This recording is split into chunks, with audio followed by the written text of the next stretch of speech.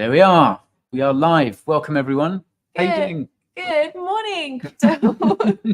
It's afternoon for Dubai, but we're just going to do an international good day. Yeah, GM, GD, GA, GE, wherever you are. Welcome, everyone. Thanks for joining us. Hi, Stephen Dawn. I see you in the comments there. Good to see you again. Thanks for tuning in. Thanks for your support. And Fornazu Hussein has a question. CB prediction: will SBF be found guilty of at least one of the charges? What do you think, Jessica? Well, we hope so, don't we? I think what will be interesting over the next 6 weeks, I think is expected, is that I know it's going to be a long 6 weeks of reporting. So stay tuned. Don't forget to subscribe if you haven't already. It's just to see what comes out of it regarding other witnesses. Who else goes down? Because I would certainly hope that there is reprimand for numerous people involved. What are you thinking? Yeah, I think he'll be found guilty on at least one of them. But yeah, as you say, it's what happens to everyone else. I'm kind of interested to see what the deals are that people like Caroline and Gary and Nishad and stuff, like, what have they struck? Are they going to do, are they going to get sort of 10 years or 20 years or how's it going to work? And obviously Caroline's testimony is going to be the big one, isn't it? Yeah, it is. Yeah. So thanks for joining, everyone. It's time for another another Coin Bureau Clips live stream. Someone is digital asset news. That ne'er-do-well is in the comments. Scam Wankman trial was a disaster yesterday. Was it a disaster, Rob? I mean, as I gather, it was just sort of jury selection thing, just sort of trying to find. Was it they were trying to find anyone who didn't really know about crypto or what had been going on? And yeah, they've got a few people as reserves to educate the masses on cryptocurrency.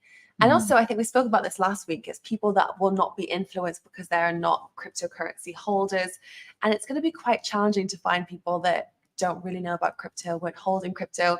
And it kind of makes you question what the average age of the jury is going to be for them to be non-degen and non-crypto influenced. Yeah, I imagine it's going to have to be a generally older jury, but we'll see. So we'll talk a little bit about the SBF trial and kind of stuff adjacent to that a little later on. And if you're very good, I'll do it in character as well, but we'll see. So people joining us today from the likes of Mississippi, from Bath, UK again. Our old friend, the Black Flaneur, is back. Welcome back. Thailand, and that's about it. Where else are people coming from? From Texas, from Maine. Fantastic. We've got 3 US states crossed off the bingo card so far. From Bangladesh. Fantastic. Cool. So what else are we going to be talking about today, Jessica? So we're going to start with a little look at altcoins and where the market is going when it comes to inflows and outflows. Some have been performing well, some are a little bit below par. So we'll have a little comparative between the two. We'll be looking at Solana and Ethereum. We also have the Ethereum Futures ETF news. We're going to dive into a little bit and look at some of that performance from the start of this week. We have some updates on Chainlink as well. So we'll be diving into that. And then we are rounding off with the SBF trial and also Going Infinite, the book with Michael Lewis that came out on the 2nd. Have you read this book yet? No, I haven't read Michael Lewis's book yet. I've been hearing a lot about it. I have read a few of Michael Lewis's books, and I mean he's very good. Like, he's a great writer, and he's had some huge successes, like things like Flash Boys and Liar's Poker. Sort of real classics, both great books. But yeah, he's taking a lot of heat for this SBF one. And a lot of people saying, like, how can a man sort of this experienced, who's been around this many people in finance and stuff, how can he, because he really seems to be a big SBF fanboy, doesn't he? He really seems to have a soft spot for SBF, and that comes across also in the 60-minute documentary that was released also on the 2nd of October to promote the book, but also to kind of raise awareness of an inside look into the mind of SBF. And it is interesting to hear his perspective. It's not what I was expecting. Yeah. Well, it is good to hear different perspectives, even if we might not necessarily agree with them. Which actually reminds me of another book that I'm reading at the moment. I'm reading Number Go Up, which is this book that's come out fairly recently about the big crypto craze of the last few years, obviously focusing on the bull market in kind of 2021. It also talks a lot about SBF as well. It's by a chap called Zeke. I don't know how you pronounce his second name. Zeke Faux, or it's F-A-U-X, so Faux or Folks, or however you pronounce it. It's quite a hard read because it has quite a few uncomfortable truths about crypto in it, but it's very entertaining as well. But we are actually at some point this week sitting down to do a crypto book chat, aren't we? We are going to do a crypto book. I'm actually really looking forward to it. I'm excited to pick your brains and see what books you've liked and what we've kind of collected over the years. Yeah, so we'll do that here for Coin Bureau Clips. I don't think we'll do it live. Is it a good idea to do it live? Maybe. We'll have a think. But we'll put it here on Coin Bureau Clips, and then that will give you some book recommendations to read because let's face it, crypto has got not only is it very well served by events, but it also seems to have had a whole ton of books written about it as well. There's a lot of stuff out there. Anyhow, I just want to check in where people are watching from. So we've had we've got people from Bangladesh, Finland, from Lubeck, Germany, Portugal, Canada, Sydney, West London, NYC, Sri Lanka, Nigeria, Texas, Argentina, Niagara Falls, Gibraltar, Norway, Dubai, Armagh Island, Aylesbury Bucks, Tennessee, living on the Palm. All right for some, George. GM from Brighton, hi from the North Pole. Really? The North Pole? Okay. Well, I mean, it's not we always have at least one viewer from North Korea. I was just about to say, where is our viewer from North Korea? I'm getting a little bit worried that it's not in the comments yet. Kim, where are you? And we also, lots of people. Oh, someone may be telling me how to pronounce. Oh, Faux. F-A-U-X is pronounced Faux, but his name I think is Fur. Thank you, Aussie Crypto. That is just the sort of note. It's really bugging me how you pronounce that guy's name. Zeke Fur. Interesting. Thank you very much. Okay, Ireland, New York, Swindon, UK. Lovely. Malta, Kenya, Holland, Serbia, Liverpool, Denmark, Arizona. I could just go on doing this. Fantastic. So a nice global audience as ever. Gary Bankman-Fried. We've got Gary Bankman-Fried in the comments. I moved from Gibraltar to North Korea. To Gibraltar from North Korea. Okay, what was North Korea not doing it for you, Gary? Anyway, welcome, Gary. Right, let's start. Kick us off, Jessica. Let's start talking. Should we talk about Solana and ETH first? Let's start with that. So we're talking about inflows and outflows. So we'll start with Solana. So actually, I'm going to get you to guess because Solana has been on a pretty positive shine at the moment. So there's been quite a lot of money flowing into Solana. They've had a large amount of consecutive weeks of positive inflows. Based on the market condition we've seen, do you want to drop a guess of how many weeks of positive inflows we've seen? Just to put into context, Ethereum has seen outflows for a 7th consecutive week. Really? Yes. So just to set the scene of where we're at currently with market conditions. Yeah, ETH is having a tough one. Okay, so what? Yeah, 7 weeks of outflows for ETH. I'm going to say 8 weeks of inflows for Solana then. 27 weeks of inflows. Wow. So this week we've seen $5 million of inflows and just 4 weeks of outflows this year. And it's been highlighted by CoinShares as the most popular altcoin of the year. Wow. Based on that figures. How about that? Yeah, very interesting. Solana doing well. Now, you were talking to Mr. Raoul Pal recently, weren't you? Yes. So we have an interview going live on Coin Bureau Clips on Saturday, I believe, with Raoul Pal. And we spoke to him on Monday evening, Dubai time. And I had a little chat with him about the market and how he is positioning moving forward and what his expectations are. He's optimistic overall on the market conditions, but he is extremely positive on Solana. Interesting. And one of the reasons for that, as we know, Solana has a really fast transaction speed per second, but that's set to get even faster with the Fire Dancer, which will enable a significant amount more positive. And I think he actually cited 1.2 million transactions. So the link will be in the description for the interview when it does come out. But it's going to be a really interesting time. So he's very, very positive. We've spoken about Solana a few times on Coin Bureau Clips when it comes to integrations with Visa and different payment methods. So it'll be interesting to see how it fares. Okay, so that's Solana. So basically, yeah, well, and obviously that's been one of the kind of standouts in the market over the last week or so, hasn't it? Like we saw that pump. Was it at the beginning of this week, or the first couple of days of the month? And Solana was sort of leading the charge, wasn't it? Yeah. So for the Solana holders out there, in the last month, we are over 20% up, 20.9% up on the month. So for any of the Solana viewers that are in the comments, congratulations. Well done. It's been a good one. Well done if you're holding Sol. Okay, and what about Ethereum then? What about ETH? So Ethereum, as I've mentioned, the outflows, actually, it's not looking so good. So institutional interest for Ethereum is low.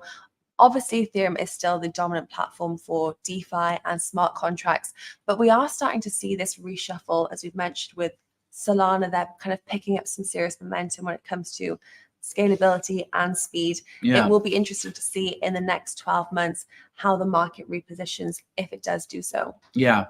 And of course, I mean, there's a lot to unpack there, isn't there? One of the interesting things as well is that we now seem to, because for the last cycle, it was kind of all about ETH killers, wasn't it? Yeah. Ethereum killers. So Solana was obviously one of those, the likes of Avalanche, Cardano, etc. And now a lot of that narrative seems to have shifted towards Solana killers instead. And I think Aptos and Sui were the two sort of big ones that have been sort of released in the last few months, haven't they? So it's interesting to see that narrative kind of changing, because you sort of think, well, I mean, Solana definitely has, I mean, ever since the collapse of FTX, it's been really struggling. Yeah. But, you still kind of feel like Solana had a lot of work to do to catch up to Ethereum. But perhaps that's what happens in this part of the cycle. It starts to close the gap on Ethereum. And as you say, Ethereum is having a bit of a bumpy ride at the moment. Because, of course, we've just had an ETH Futures ETF launch, haven't we? Yeah, so this was quite an exciting thing that happened kind of over the last few days that we did see. I think it was on Monday that we kind of came in and saw all systems going ahead. So traditional investors now have access to Ethereum Futures ETFs. VanEck, who is the CEO of VanEck, and has been since 1991, so a pretty long-standing position at VanEck. He's called it a pure blockchain play, the fact that there is now the Ethereum Futures ETF. And he said that, Bitcoin does hold the investment resemblance for traditional investors, similar to that of gold. It's interesting for a TradFi guy to say that, but the fact that the Ethereum Futures ETF really is just purely on blockchain appetite for traditional investors. It's a nice bit of news, actually. What was your take? Yeah.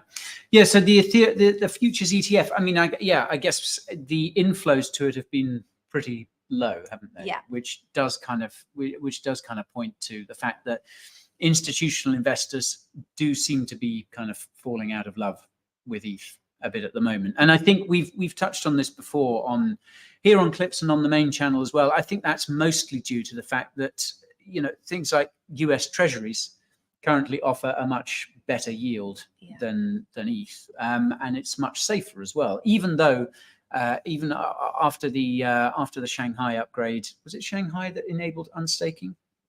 I think so. There's so many upgrades to try and keep track of, aren't there? But so obviously ETH can now be unstaked as well fairly easily. But it seems like institutions are sort of more comfortable going into things like treasury bills, which are safer and kind of offer the same or a little bit more in terms of APY. So you can't really blame them.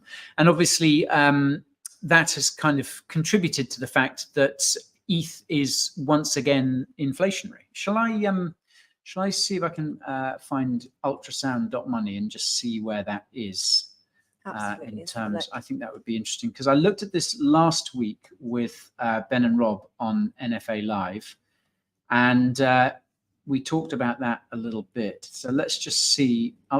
It seems to have been, it's about the same place it was, 0.34%. So, I mean, that's hardly massive when it comes to inflation. Bitcoin, I think, is 1.74% inflationary at the moment. So ETH has a way to go until it catches up Bitcoin in terms of inflation. But it certainly is trending upwards at the moment. And as we discussed on NFA Live last week, that's not really going to come down. ETH is unlikely to go deep. Well, it won't go deflationary again until more stuff happens on Ethereum. So we need more DeFi activity. probably more stablecoin activity, more NFT activity, which I'm not really counting on anytime soon. NFTs are having an absolute terrible time at the moment.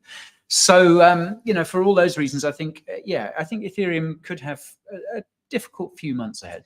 Something that was interesting, and we also covered this in the interview with Raoul Pal, was, and I think you pointed this out initially, the global investment manager VanEck has actually said that 10% of the proceeds that come from the Ethereum Futures ETF for the next 10 years will be donated to Ethereum core developers. And when I spoke to Raoul about it, he said that he's very close friends with the institutional arm that is VanEck, and he doesn't see it as a bad thing that institutions are getting involved and helping out with donations. He actually said that for bear market resilience and the ability to continue to build and scale during a bear market, blockchains need all the help that they can get, and this is actually kind of a good thing in the long term. So it'll be interesting to see in the next 12 months how that plays out, and if that does have a factor into. Absolutely. Some people are asking now, Jessica, do you think we've seen the bottom of this market? Do you think, where do you think it's going from here? It's going to be really difficult to tell because the next 6 weeks are pretty critical from the SBF trial. I think it's not to say that we're going to see some fear mongering that's going to come out in local media and possibly crypto media also. So we are going to keep an eye out. But I actually do feel personally, unless there is a kind of a black swan scare that will come and jolt the market in a different direction, I think we're kind of out of the most of the woods. Yeah, I do. Okay, interesting. Yeah, I still think we can go lower from here. The kind of the area that I'm looking at, I'm going to be keeping an eye sort of to see if it drops to that kind of 23 to 25k range, because once we get there, we start talking about that's the kind, we're getting close to kind of miners break even point. Yeah. And I think that will be interesting to see if we do get there. I still think we can go lower from here. As you say, we could have news come out of the SBF trial. Market sentiment is still pretty low. Liquidity is still pretty low. We're still not. I don't think we're getting anywhere close to a Fed pivot yet. So there's a lot that still needs to happen. Decimal Audio has made a good point in the comments. NFTs will come back once Web3 games make an impact. That's an interesting point. Yeah, I think there's a lot of truth in that. NFTs, as I mentioned earlier, are having a bit of a rough ride at the moment. NFT volume is down bad. And I think it was pointed out recently that we had that stat, didn't it, that around 73% of NFT collections had basically lost all their value. Zara's bringing water. Thank you, Zara. James Hull is asking, thank you. James Hull is asking, for God's sake, Guy, get Barry on and give us a proper alpha report. All right, James, I will talk to Barry and see if I can get him in. He's a very busy man at the moment. I'm not quite sure what he's up to, and I'm not sure I really want to know, but I will ask him just for you, James. So you said 73%. I think that was it. Yeah, 73% of NFT collections, are basically worthless. But when we remember how many NFT collections there were, 2021 was kind of this peak bubble of NFTs. That's not actually as bad as I was expecting. Okay. You think it could have been worse? I think it could have been worse. I don't know what you guys think in the comments, but let's see. Let's see. 25%, so more than a quarter were. Yeah. Patchcorn Adams, regular viewer, welcome back. Says still waiting on a Bogdanov financial advice disclaimer. I have been thinking about that. You know, the Bogdanov guys with the inflated lips, but I'm not. I just don't quite know how to do it. You know, like, we live in Dubai. There is so many people that can get you some inflated lips pretty quickly. I can make some phone calls and see what I can pull some strings. Okay. Would you like to see that, people? Would that be peak bear market for you guys if I went and got massive lip fillers just in order to do a Bogdanov disclaimer, just in order for a bit of engagement? Is that where we're at? It would seem so. We were talking about NFT, and Decimal Audio is making some good points here. You know, AAA titles with games. Parents know children are some of the big spenders, and you know this ties into this idea that Web3 gaming, integrating NFTs. I think you're absolutely right. I think NFTs are going to, evolve. I think we're going to see more use cases for them. And one thing I've said a few times, and I talked about this a lot with various people I met in Singapore, is I don't think people really want to know or care that they're getting an NFT. You know, they just want a cool thing in a game, whatever it is. So I think, and in the same way that I think people don't really want to know or really care about whether they're transacting on a blockchain. Completely agree. I think that's, for most people out there, unless they're sort of crypto enthusiasts or tech enthusiasts, it's not really important. It's, the question is, does it work and does it let you do cool things? So I think once this next generation of Web3 games come along, that enable gamers to do really cool stuff, like to, you know, migrate assets use assets that you earn in one game in another different game, perhaps. Once that becomes possible, I think we could really see liftoff in the sector for that. And, you know, for NFTs, that's going to be huge. But again, I don't think most people will really care that it's an NFT. I completely agree with you. And I think one thing that we do find when you do go to cryptocurrency conferences, if someone can explain what they're building or what they're working on in less than 2 sentences, and if they can also minimize the amount of times they use the word cryptocurrency or blockchain, I'm actually more optimistic. So Ticketmaster are also looking in 2023 at exploring the NFT realm of giving out these kind of tokenized incentives for people that have attended tickets and conferences and live shows. And if you can explain to people without the need to use the word cryptocurrency, blockchain, tokenization, on-chain, I mean, you're getting halfway there, because for the wider audience, that is really how you get through to them. They don't need to know the ins and outs. It's like us with the internet. We don't really need to know how it works. We just need to be able to use it, to download it, and then to pass it on to someone else. Yeah, 100%. 100%. Fanman from Ian from Scotland, in other words, is asking, is it true that the Fed has selected HBAR as their institutional CBDC blockchain? I have to tell you, Ian, I haven't heard anything to that effect. I haven't really been keeping particularly close tabs on the Fed CBDC recently. The last time we sort of looked into that was with FedNow, the fast payment system, which launched. That was as far along as I saw that they were with.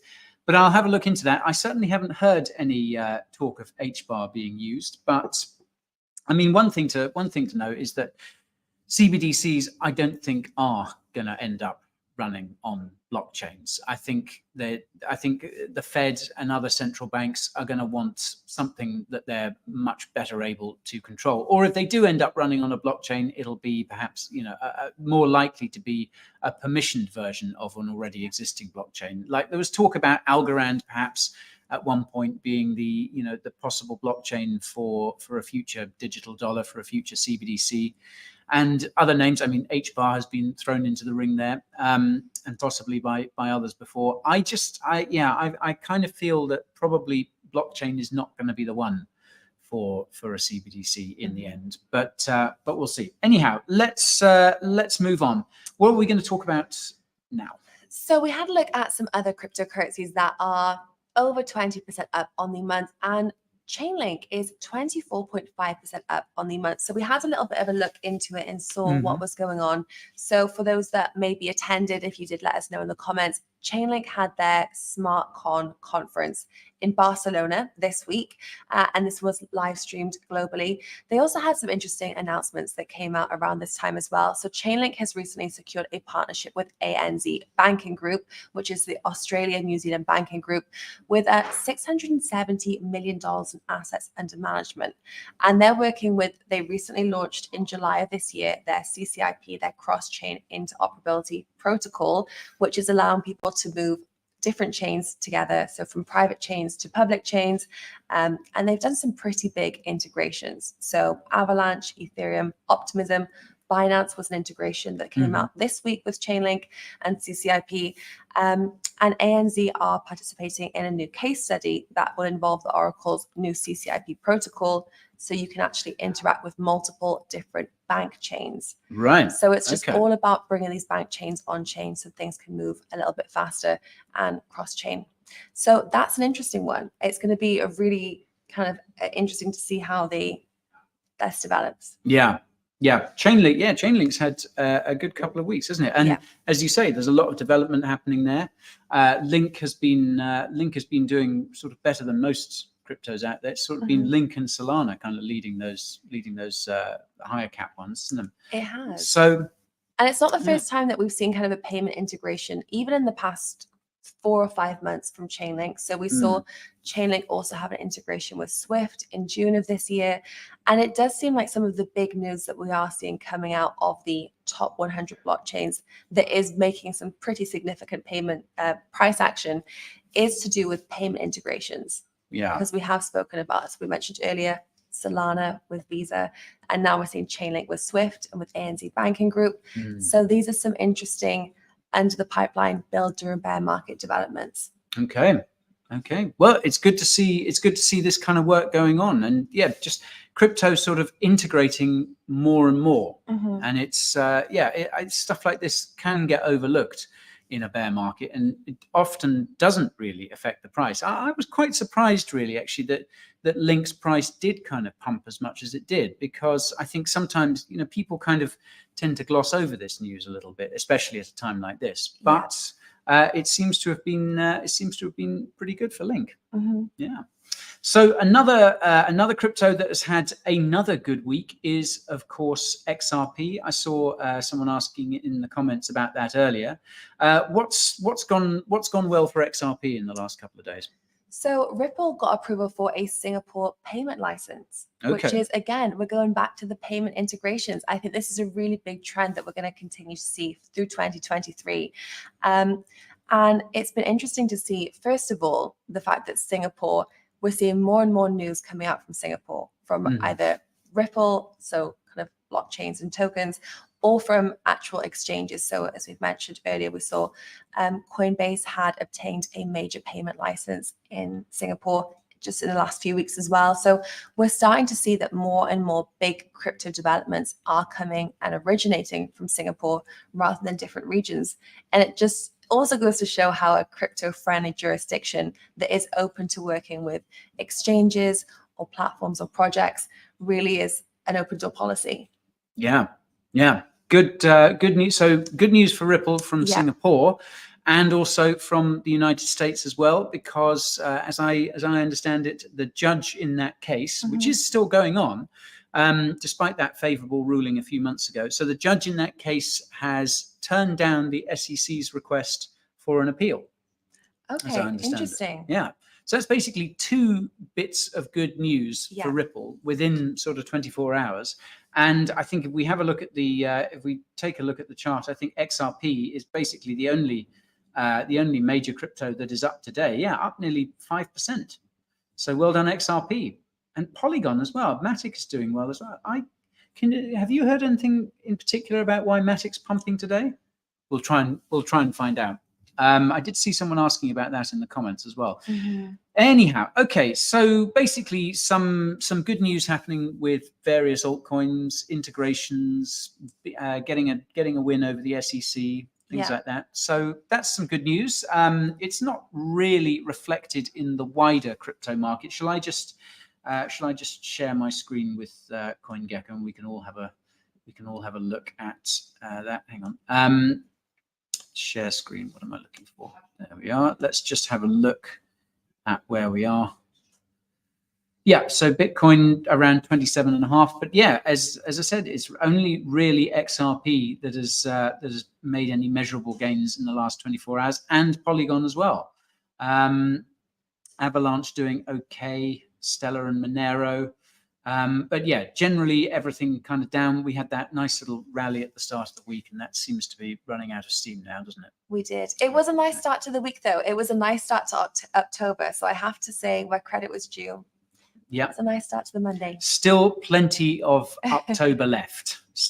We're only 4 days in, and already there's been quite a lot of interesting price action. So who knows? Could be a good month. Okay, so shall we move on and talk about all the kind of, well, can you really call it drama around the SBF stuff? I wouldn't know what other word to call it, to be completely honest with you. I feel like drama summarizes it pretty excellently. Yeah. So does this mean it's time for the wig? It is. It does mean it's time for the wig, mind you. There was some interesting news around that, wasn't it? Because he appeared in court yesterday, having had a haircut. I know. I was going to get the scissors out and do a haircut while we were having this live stream, but I thought I don't want to get the scissors too close to your ears, and it would just cause. Yeah. Can you imagine that? Just getting my ear hacked off on a live stream. I mean, again, you've got to get the engagement where you can during a bear market. But I don't know. I'm not sure. I'd be willing to go that far, even for our loyal subscribers. Yes to the wig, no to the lip fillers. Apparently. Got it. I will eliminate that phone call. You're safe for this. Your lips are safe for one more week. So the first day of the SBF trial was yesterday, and it was just jury selection, wasn't it? And they had all this discussion over who was eligible or not. One that I found quite interesting was one guy said that he couldn't really afford it because he'd just bought a cello. Oh, that's a great excuse to get out of jury duty. Yeah, I remember that one. Have you ever done jury duty? Well, I don't think it's a thing in the UK. I think it is. Oh, well, then I've never been invited. And if anyone's watching, I've not lived in the UK for 9 years, so that's probably also why. Have you? No, I've never been asked. I remember a couple of friends of mine have been asked before. I think one of them had to sit in on a murder trial. And it was fairly sort of bleak. But I do sort of wonder, like these people, like, the SBF trial, this is what, 6 weeks? That is a heck of a long time. Yeah. And they probably do their background DD and they go on a live stream like this and see you wearing a wig and me making jokes about giving you lip filler and go, we'll skip them. Yeah. We'll not invite them. They're not getting called up for jury duty. They're not fit to sit in judgment on anyone. Yeah. And of course, yeah, the big news, if you like, was the fact that he had his hair cut. And lost a lot of weight. I think Tiffany Fong was cited in Cointelegraph as saying that he looks now more like a criminal than he did before. It's wow. Yes. Well, I mean, he has been just eating sort of bread, water, and peanut butter sandwiches in the MDC or whichever hellhole it is he's been kept in. Yeah. So that's the SBF thing. Well, I'll have to take the wig off if he's cut his hair. Then that's money down the drain, isn't it?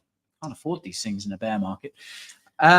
So there's that, and obviously the trial continuing for the rest of the month. So I don't know if they even finished the jury selection yet. So we're still maybe a few days or a few weeks away from the real fireworks, which I think is obviously going to be when Caroline and some of the others start testifying.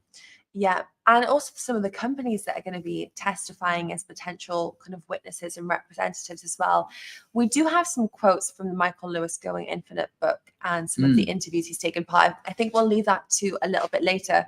But organizations that are going to be included, so Jane Street Capital, which was SBF's first high-frequency trading job. Yeah. And then we have the likes of kind of BlockFi, Genesis, Binance, Voyager. These will all be coming up into play as potential witnesses and to testify.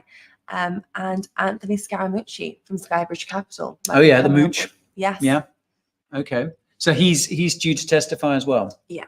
Okay. He was, I forget what his actual role was at FTX, but he was involved there in some capacity, wasn't he? They had some kind of, there was some money transactions between the two entities. Also, the Ontario Teachers Pension Plan, one of Canada's largest pension funds, $95 million investment into FTX. Wow. So yeah, there's going to be a lot to dissect there, isn't there? Yeah. I read somewhere that a DOJ source this week has a light sentence for SBF would be 30 years. Right. So that's kind of where we're looking on timeframes. Because I mean, I think. If I remember rightly, if he's found guilty on all charges, which the impression I got that might be unlikely. I think they might not be able to make all the charges stick. But if he was to get found guilty on all of them, I think the maximum would be 115 years, which I think pretty much everyone else in crypto is kind of hoping for.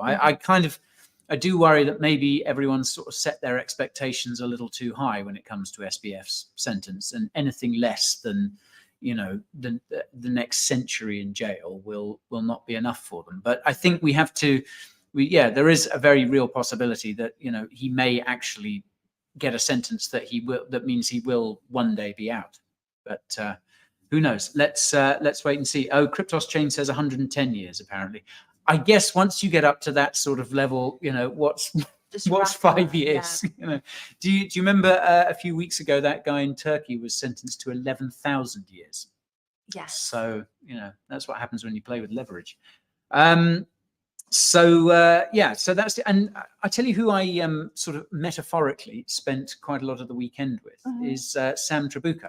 Okay. Not actually, of course. That would have been interesting.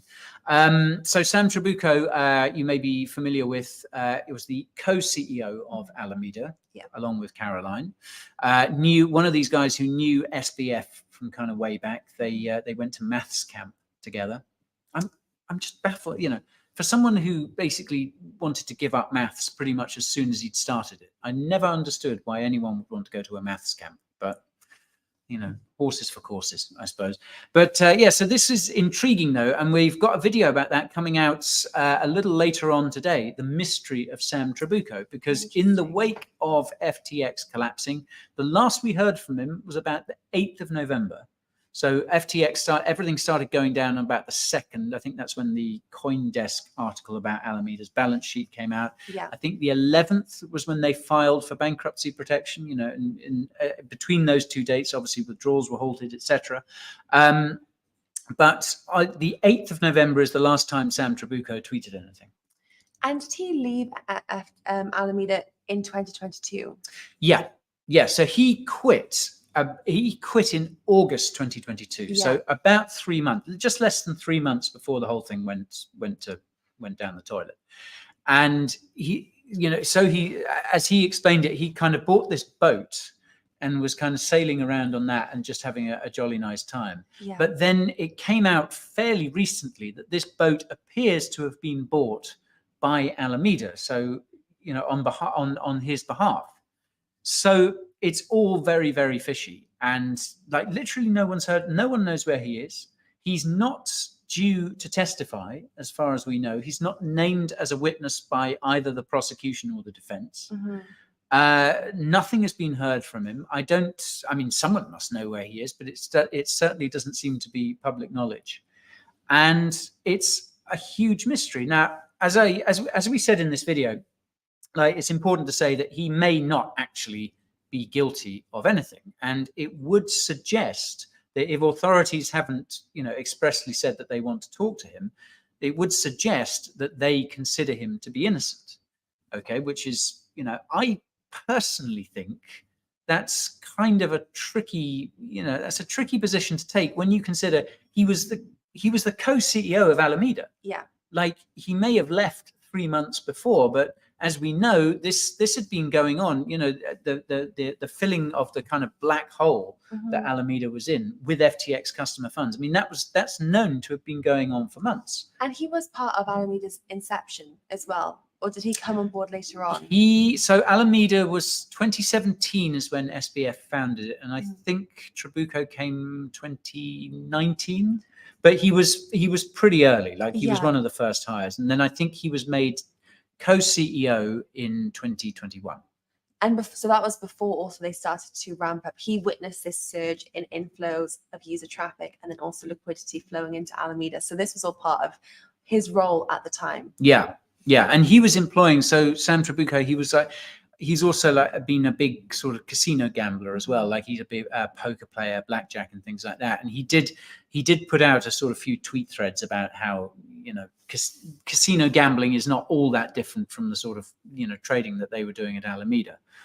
So yeah, it's an interesting one. You know, like I say, it suggests the fact that authorities haven't even named him. It suggests that they don't consider him to be guilty. And I mean, perhaps he isn't, but surely he would have a lot of insight about what's been going on. Sure. I find it just really, really strange that he hasn't been called or questioned or subpoenaed or anything. I think it's really weird. So, folks, if you want to put in the comments what you think happened to Sam Trabucco, do you know what he called his yacht? I would love to know. I'm not going to take a guess. I'm just going to. So this 52-foot yacht that he bought, or that was bought for him, he called it Soak My Deck. There you are. So this is, he didn't deserve to be in such a magical industry, guys. Yeah. It's just, it's one of those details of the story. You're just like, if I wasn't so desensitized by everything I'd read about FTX and Alameda, you know, my jaw would have hit the floor. But as it was just like, of course he called his yacht that. Yeah, of course. Yeah, people generally, I think, agree that it is pretty suspect. But yeah, I mean, my personal theory is perhaps that, you know, he's got this boat which kind of enables him to go wherever he pleases. Maybe he's just sort of sailed off into the sunset, so to speak. But again, I just find it really weird that the authorities haven't sort of said, Sam, you should come in and talk to us. Absolutely. We have some things we'd like to ask you. And also, if your conscience is absolutely clean, you would also come in and offer to work with the authorities as much as possible. Yeah. In this situation.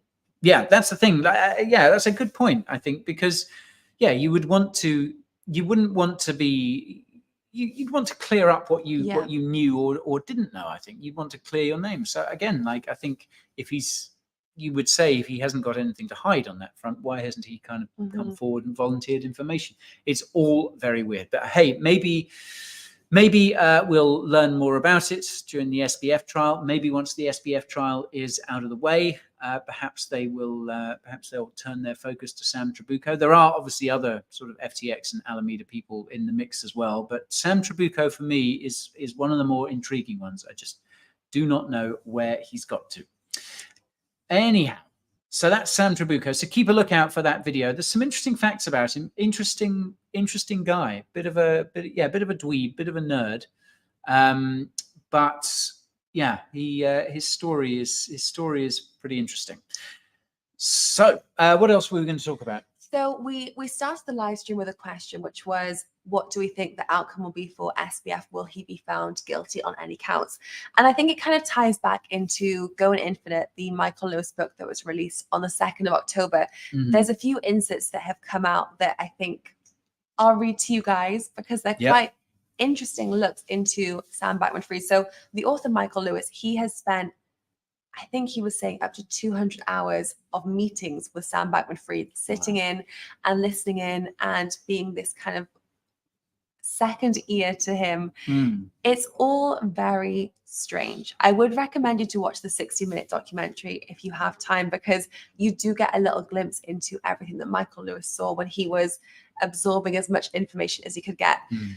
He was asked in this interview if Sam Bankman-Fried had any leadership experience previous to his role at FTX and his involvement with Alameda. And he said his sole experience of leadership was running puzzle hunts for math nerds at high school. Okay. Wow. So that was one. And we also have Mr. Bankman-Fried couldn't name 2 of the people on FTX's 3-person board of directors. The main job requirement is that they don't mind docu-signing at 3 a.m. Docu-signing is the main job. That's what SBF. That's what That's a SBF quote said. from SBF. Wow. Fascinating. It's just, but it's so odd, isn't it, that Michael Lewis seems to have, you know, very much come out on SBF's side from how I understand it.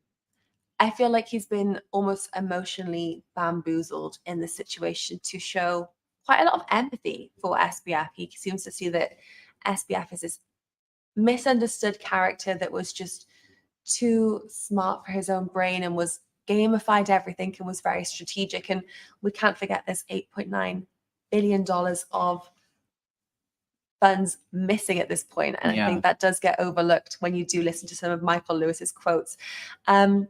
So SBF originally wanted to create a crypto exchange and sell it to CZ. It was only after CZ declined that he decided to create his own. Wow. Did you know that? I didn't know that. No, I didn't. It's incredible how this thing, you know, these small twists of fate along the way. Yeah. And the final one, so we do have one of the crypto firms that are going to be either kind of providing testimonies or insights during the next 6 weeks of trials is the trading firm Jane Street. And they give a little bit of insight into how much SBF was earning before he moved over into founding FTX. Right. He was making $300,000 in his first year at the trading firm. First year? First year. Wow. Then $600,000 with a $1 million bonus after his third year. He was told that he could be on $50 million to $75 million per year within a decade. Wow. Well, I don't want to presume to take a look inside SBF's mind and put words in his mouth, but I imagine he's probably sitting there wishing that he'd taken that offer right now, because he kind of gambled it all and lost, didn't he? It is fascinating. One of the things I did read an article in one of the English newspapers yesterday or the day before about Michael Lewis writing this book on SBF. And apparently Michael Lewis had kind of identified him as someone to write about quite a long time before this whole FTX thing came up. So he was kind of shadowing him in general and watching, you know, politicians and celebrities and stuff kind of fall at his feet. And then everything kind of started to go down. It talked about how actually Michael Lewis has been quite a sort of lucky author in that regard. Like, you know, he's had access, he's managed to get access to these fairly extraordinary people. And then, you know, he's looking at this, you know, sort of wonder kid, and all of a sudden it morphs into the biggest financial scandal in history. Yeah. It's just that he kind of almost got lucky with this story. I think someone called him and said, Michael, do you want to meet this billionaire kid who's doing some pretty interesting things? And that was how they met. They went on a hike, I think, first of all. Oh, Their really? first meeting was a hike in America. Wow. And you just imagine, like, to be a fly on the wall. Can't imagine Sam Bankman-Fried going on a hike. Well, this is what I thought. And Michael Lewis in the 60-minute documentary, which I do recommend you to go and listen to, replicates the hike. It looked pretty steep as well. Okay. Anyway, so. Well, of course, if it's pretty unlikely that SBF will be going on any more hikes, that's for sure. Okay, shall we? I think it's about time we sort of rounded it off. There was the only other thing I noticed that we might talk about briefly was Patrick McHenry. Oh, yeah. Yes. So as you might have been following, it's kind of all been kicking off in Congress, and the Speaker of the House, Kevin McCarthy, has just been ousted by his own party, as I understand it. So I think, as I understand it, McCarthy sort of went along with the Democrats in order to avert this government shutdown. And for some sort of, I think, kind of, you know, more to the right-leaning Republicans, that wasn't okay.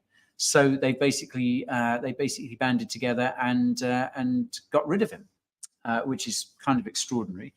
But Patrick McHenry, who you might recognize if you've seen clips from any of those hearings, I think most recently he was grilling Gary Gensler before the House Financial Services Committee. Patrick McHenry, the guy with glasses, I think he often wears a bow tie as well, but he's one of the good guys, very pro-crypto, and seems to be very good at just kind of getting under Gary Gensler's skin, which makes him okay in our book. Last week, he actually said to Gensler, he accused him at a kind of Congress hearing that he's attempting to choke off the digital asset ecosystem. So it's good that someone from inside is telling Gary what's up. And so Patrick McHenry is now being appointed as Speaker of the House. I don't know. I guess that's a kind of interim position until they elect someone else. I don't know quite how powerful a position that is, whether it really carries any real influence or weight. But it's nonetheless good to see an ally of crypto in that position. And certainly, it does seem that there are a growing number of crypto-friendly politicians in Congress now. I think a lot of them are starting to realize that crypto is an issue. It is something that resonates with a lot of voters. So let's hope we see more of them. Yeah, absolutely. So McHenry actually released a digital asset market structure proposal to Congress and is really encouraging that we have more clarity in the US with a framework that fills the gaps of regulatory processes and allows that companies and entities can work closer with regulators. As we know, this is welcomed good news and a pretty stark contrast from Gary Gensler's approach, which has been very uncooperative with cryptocurrency entities in the US. So hopefully this will be some good news that will come out and some progressive move forward with proactive bills being pushed. The speaker can actually set the House legislative agenda and also kind of schedule bills that can be debated and voted upon. So who knows what decisions we can see coming out of this? Yeah, let's hope we see some more positive movement from there, because obviously there are a lot more places than the US, but crypto legislation in the US is a big one. We need to see some positive movement there. Lots of people talking in the chat about Polkadot. I saw Polkadot was actually represented at the Cosmoverse conference that's been happening in Istanbul over the last few days. I must say, guys, I haven't really been keeping up all that much with what Polkadot's been up to in the last few weeks, but I have Polkadot 2.0 is something to look into. It's on my list of things that I need to investigate. Obviously, I am still holding DOT. That's one of the only other things besides BTC and ETH that I am holding on to at the moment. Yeah, I will have a bit more of a dive into Polkadot and see what's going on there, because it does seem like stuff is happening there. Are you a Polkadot fan, Jessica? I am not a Polkadot holder. Okay. I was keeping a close eye in 2021. I think that was just kind of a lot of things were happening, a lot of price action. But as of this year, I've not really been diving deep into Polkadot and what's been going on. Okay. Yeah. Well, it's about time we looked into it more, I think. Absolutely. Okay. Lovely. All right. That's about it for today, folks. Thank you all for joining us. It's been another bear market week, hasn't it, so far? But we have had some good news that have come out. Yeah. So let's just hope over the next few months we'll start to reap the benefits of it. And who knows, we might see the wig make another appearance next week. The wig may come back. Yeah, the wig may come back, especially if we get some interesting SBF related news. So yeah, keep a lookout for future live streams. We'll be talking about the SBF trial and some of the developments that have happened then. I think we'll probably have some videos about it on the main channel and on clips as well. And do keep a lookout for that one about Sam Trabucco, because like I say, I think that's fascinating. Some people are asking when Jessica coin. Is that being worked on? So work in progress, guys. One thing at a time. Cool. All right. Thanks for joining us, everyone. We will be back at the same time on the same day next week. So please do join us then. Thank you for watching. Will we? Because we'll be in Amsterdam. Oh, good point. That is a good point. We will be in Amsterdam. Yeah, because we're going to Bitcoin Amsterdam, aren't we? So will we? We will try and do a live stream at some point next week, I think. We absolutely will try and do one, because I think it'll be interesting to give you some updates from Amsterdam. Yeah. Bitcoin Amsterdam, see what's going on. If any of you guys are attending, let us know in the comments. We might see you there. Should we try and do it from one of those cafes in Amsterdam? I think we should. We've got the DJ decks here. I think we'll go full reggae vibes. Guys, excited. That would be one to watch. Don't miss that, guys. Live from an Amsterdam cafe next week. Yeah, we did have the decks. I know people were commenting on this. These are Jessica's decks, and at some point she's going to show me how to use them, and we are using them as a prop in a video at some point. But we just thought we'd put it there, so as, just gave you guys something more to talk about. Okay, DJ away. Love it. You don't want that to happen, Steve. Trust me. Anyway, thanks for watching, folks. Thank you, Jessica. Thank you. And thank you, guys. We'll see you soon. See you soon. Okay.